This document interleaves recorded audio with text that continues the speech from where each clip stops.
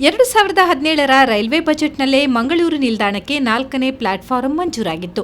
7.6 ಕೋಟಿ ರೂಪಾಯಿ ಮೊತ್ತವನ್ನು ಅದಕ್ಕೆ ಮೀಸಲಿಡಲಾಗಿತ್ತು. ಇದಕ್ಕೆ ಪೂರಕವಾಗಿ ಜಾಗಕ್ಕಾಗಿ ಈಗಿರುವ ರೈಲ್ವೆ ಪಿಟ್ಲೈನ್ ಅನ್ನು ಅಲ್ಲಿಂದ ಸ್ಥಳಾಂತರಗೊಳಿಸುವುದಕ್ಕೂ ಬಜೆಟ್ ಒದಗಿಸಲಾಗಿತ್ತು. 3 ವರ್ಷ ಕಳೆದರೂ ಯಾವುದೇ ಕೆಲಸ ಮಾತ್ರ ಆಗುತ್ತಿಲ್ಲ. ಕಳೆದ ವರ್ಷವೂ ರೈಲ್ವೆ ಹೋರಾಟಗಾರರು ರೈಲ್ವೆ ಸಹಾಯಕ ಸಚಿವ ಸುರೇಶ್ ಅಂಗಡಿಯವರಲ್ಲಿ ಈ ವಿಚಾರ ಕೇಳಿದಾಗ ತಾವೇ ಬಂದು ಆಗಸ್ಟ್ನಲ್ಲಿ ಶಿಲಾನ್ಯಾಸ ಮಾಡುವುದಾಗಿ ಭರವಸೆ ನೀಡಿದ್ದರು. ಸದ್ಯ ಮಂಗಳೂರು ಸೆಂಟ್ರಲ್ಗೆ ಯಾವ ರೈಲು ಕೇಳಿದ್ರೂ ಪ್ಲಾಟ್ಫಾರಂ ಖಾಲಿ ಇಲ್ಲ ಎನ್ನುವ ರೆಡಿಮೇಡ್ ಉತ್ತರ ಸಿಗುತ್ತದೆ. ಈಗಿರುವುದು ಒಟ್ಟು 3 ಪ್ಲಾಟ್ಫಾರಂಗಳು. ಈ 3 ಯಾವಾಗಲೂ ಭರ್ತಿಯಾಗಿರುತ್ತವೆ. 2 3ನೇ ಪ್ಲಾಟ್ಫಾರಂಗಳು ಪಾರ್ಸೆಲ್ನಿಂದ ತುಂಬಿ ತುಳುಕುತ್ತವೆ. ಮಂಗಳೂರಿನಂತಹ ಸ್ಟೇಷನ್ಗೆ ಇನ್ನೂ ಕನಿಷ್ಠ 2 ಪ್ಲಾಟ್ಫಾರಂ ಬೇಕು. ಅದರಲ್ಲಿ 4ನೇಯದ್ದಾದರೂ ಆದರೆ ತಕ್ಷಣದ ಸಮಸ್ಯೆ ಪರಿಹಾರವಾಗುತ್ತದೆ.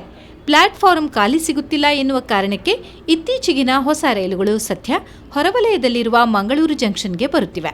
ಮುಂಬೈ ಸಿಎಸ್ಟಿಎಂ ಮಂಗಳೂರು ರೈಲು ಘೋಷಣೆಯಾದದ್ದು ಮಂಗಳೂರು ಸೆಂಟ್ರಲ್ಗಾದರೂ ಇಲ್ಲಿ ಜಾಗ ಸಿಗದೆ ಜಂಕ್ಷನ್ಗೆ ಬಂದು ಹೋಗುತ್ತಿದೆ.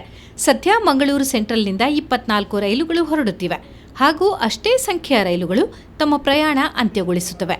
ಹೊರಡಲಿರುವ ರೈಲುಗಳನ್ನು ಶುಚಿಗೊಳಿಸುವುದಕ್ಕೆ ಒಂದು ಹೊಂಡ ಹಾಗೂ ಹಳಿ ಇರುವ ಟ್ರ್ಯಾಕ್ಗಳನ್ನು ಪಿಟ್ಲೈನ್ ಎನ್ನುತ್ತಾರೆ.